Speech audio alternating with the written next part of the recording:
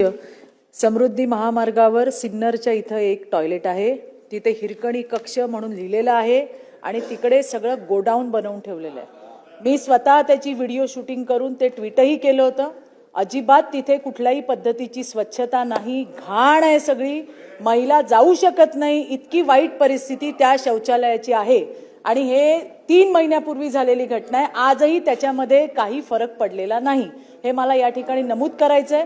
एवढ्या संपूर्ण प्रवासामध्ये टॉयलेटची संख्या ही अतिशय मर्यादित आहे आणि जिकडे आहे त्या ठिकाणी म्हणजे हिरकणी कक्षात तुम्ही कधी जाऊन बघू शकता, अगदी लेडीज टॉयलेटच्या बाजूलाच ती रूम आहे, आतमध्ये एक तर लॉक करून ठेवतात आणि मी म्हटलं आतमध्ये काय आहे मला दाखवा, तर आतमध्ये सगळं त्यांनी त्यांचं भंगार त्या ठिकाणी भरून ठेवलंय।